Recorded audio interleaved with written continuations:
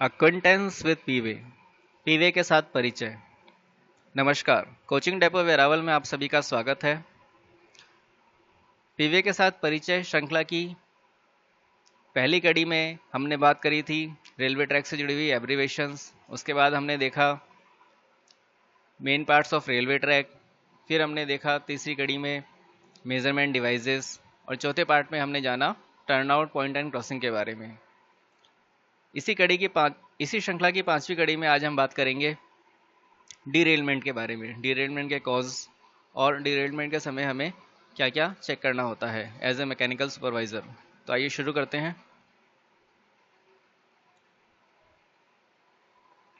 डीरेलमेंट के समय mechanical supervisor का एक्सीडेंट ऑब्जर्वेशन और इंक्वायरी और रिस्टोरेशन में महत्वपूर्ण योगदान रहता है। एक्सीडेंट के समय एक्सीडेंट इंक्वायरी के लिए एक्सीडेंट का रूट कॉज फाइंड आउट करने के लिए जो ऑब्जर्वेशन की जाती है वो महत्वपूर्ण रोल अदा करती है। इसके लिए हमें रेलवे ट्रैक के पैरामीटर्स के बारे में भी जानकारी होनी चाहिए।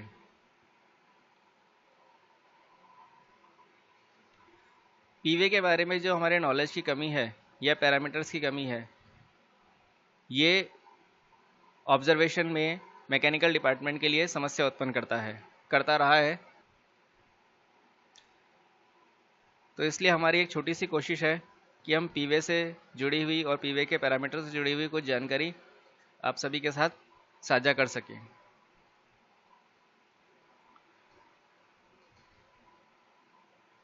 A derailment occurs either due to wheel mounting the rail table and then dropping on ballast, or the wheel dropping on the ballast without traveling on the rail table. Derailment हो सकता है कि व्हील रेल टेबल पे travel करता हुआ ballast पे गिरे या फिर बिना रेल टेबल पे ट्रेवल करे ही डायरेक्ट बैलास्ट पे गिर जाए। डिरेलमेंट के साइन क्या क्या होंगे?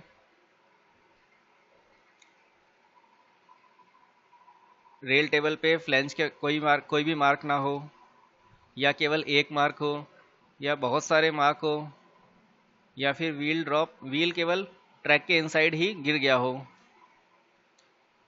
यदि रेल टेबल पे कोई भी फ्लैंज मार्क नहीं है, इसका मतलब वैगन जंप कर गया है। कारण क्या क्या हो सकता है? ट्रैक्शन या ब्रेकिंग शॉक हो सकता है, ड्राइवर के द्वारा मिस हैंडलिंग हो सकती है, या उस ट्रेन का कंपोजिशन गलत हो सकता है, या लास्ट में एक हैवी व्हीकल जुड़ा हुआ हो, या फिर सिग्नल को ढंग से देखा नहीं गया हो। उस कंडीशन में हमें ब्रेक फॉर्मेशन की पूरी तरह से जांच करनी होगी और ट्रेन के स्पीडोमीटर के चार्ट को भी चेक करना होगा। साथ साथ ट्रैक का कंप्लीट एग्जामिनेशन करना होगा। क्रॉस लेवल वेरिएशन तो कहीं ज़्यादा तो नहीं है, ये भी चेक करना होगा। वैगन का कंप्लीट एग्जामिनेशन करना होगा। लॉक्ड एक्सल के बारे में देखना होगा। वैगन सस्पेंशन तो कॉलैप्स नहीं हो गए हैं, स्प्रिंग तो फेल नहीं हो गई है, स्प्रिंग प्लेट तो कहीं मिसिंग नहीं है, फटिक फ्लो तो नहीं है, हॉट एक्सल तो नहीं हुआ है कहीं। अब यदि रेल टेबल पे केवल एक ही फ्लैंज मार्क है तो उस कंडीशन में हमें वैगन का तो कंप्लीट एग्जामिनेशन करना होगा। ये भी पता करना होगा कि सबसे पहला जो वैगन डीरेल हुआ है वो कौन सा है, उसका टायर प्रोफाइल, फ्लैंज वेरिएशन, कहीं होलो टायर तो नहीं हुआ है, वेरिएशन स्प्रिंग कैम्बर, स्प्रिंग कमज़ोर तो नहीं थी, कहीं फ्रेम ट्विस्टेड तो नहीं था वैगन का। ये सब चीज़ें चेक करनी होगी। साथ साथ ट्रैक का कंप्लीट एग्जामिनेशन करना होगा। Cross level, gauge, alignment, wear, current gradient, या ट्रैक में कहीं खड्डे तो नहीं है, ये सब चीज़ें हमें चेक करनी होगी। ये भी देखना होगा कि गेज कहीं ज़्यादा टाइट तो नहीं है। साथ साथ वैगन के लोड को भी हमें चेक करना होगा कि वैगन का जो लोड डिस्ट्रीब्यूशन है वो किस तरीके से है, डीरेल्ड वैगन और नॉन डीरेल्ड वैगन दोनों का। अब यदि रेल टेबल पे बहुत सारे फ्लैंज मार्क है तो ट्रैक पे कोई सीरियस फॉल्ट हो सकता है। तो उस कंडीशन में ट्रैक का कंप्लीट एग्जामिनेशन, यानी कि पहले जो एग्जामिनेशन किए वो तो है ही, इसके अलावा भी कंप्लीट एग्जामिनेशन, करंट ग्रेडियंट्स, खड्डे, क्रॉस लेवल का मेजरमेंट, या ये भी चेक करना होगा कि जो डिरेलमेंट हुआ है उस साइड पर या उस ट्रैक पर डिरेलमेंट से जस्ट पहले कुछ काम तो नहीं हुआ है।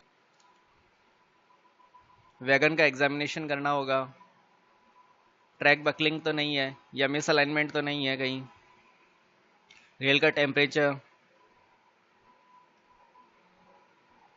ट्रैक पे कोई ऑब्स्टेकल्स तो नहीं है। ये सब चीज़ें हमें चेक करनी होगी और उसे नोट डाउन करना होगा। अब हम देखते हैं कि अगर व्हील ट्रैक के इनसाइड गिर गया है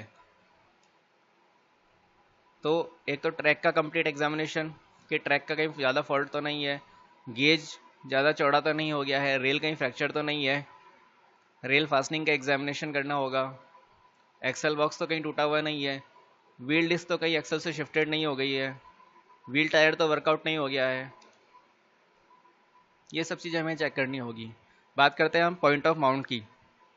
पॉइंट ऑफ माउंट एक ऐसा पॉइंट जहाँ से फ्लैंज रेल टेबल पे चढ़ जाता है उसे पॉइंट ऑफ माउंट कहते हैं। When a vehicle derails, the most common occurrence is the climbing the flange of any one of the wheel of the vehicle over the upper edge of the rail, traveling on the rail table and then derailed. जहाँ point of mount को denote किया जाता है zero station से। Point of mount अगर हमने पता लगा लिया है तो उसे हम जीरो स्टेशन मार्क कर देंगे और उसके पीछे के स्टेशनों को हम -1 -2 स्टेशन से मार्क करेंगे और आगे के स्टेशनों को +1 +2 एंड सो ऑन इस तरह से मार्क किया जाएगा। फ्लैंज के मार्क हम देख सकते हैं,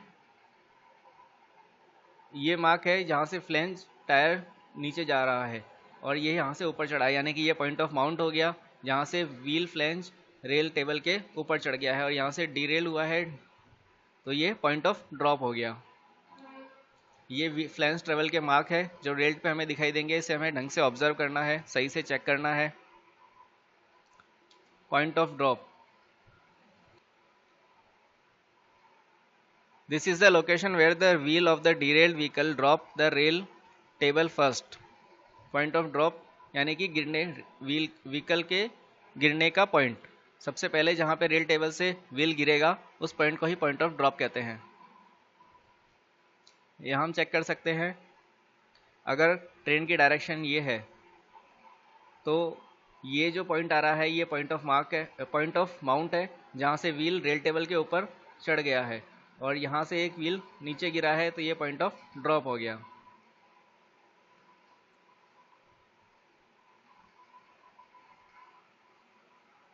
व्हील ट्रेवलिंग के मार्क्स हमें चेक करने हैं रेल टेबल पे, स्लीपर्स पे और बैलास्ट पे।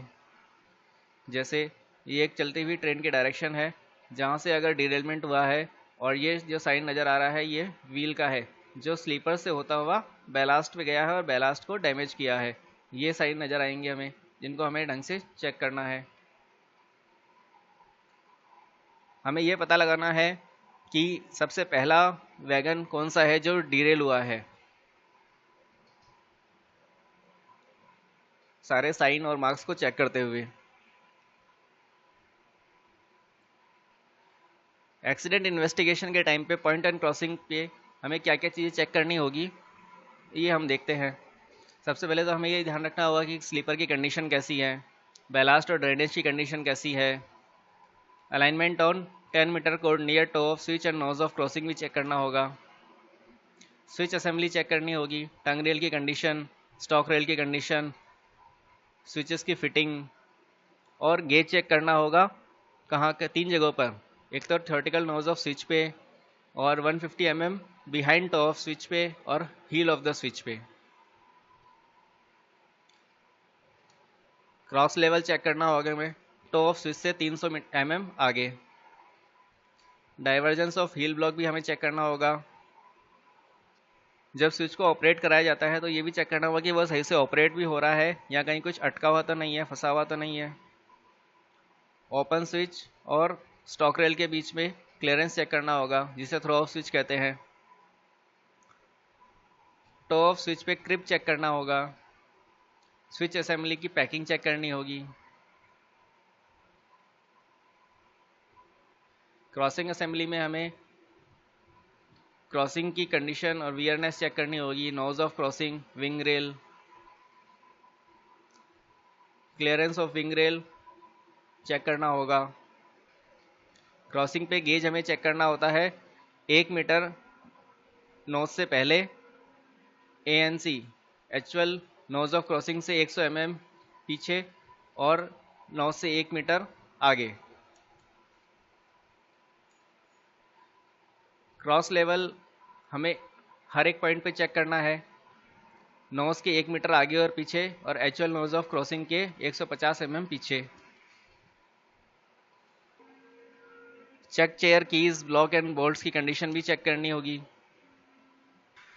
क्रॉसिंग में चेक रेल की क्लियरेंस भी चेक करनी होगी, नोज के 1 मीटर आगे और पीछे, एक्चुअल नोज ऑफ क्रॉसिंग से 150 mm पीछे। लीड पोर्शन में गेज हमें हर 5वें स्लीपर पे चेक करना है। क्रॉस लेवल, लीड कर्वेचर भी चेक करना होगा। वर्साइन,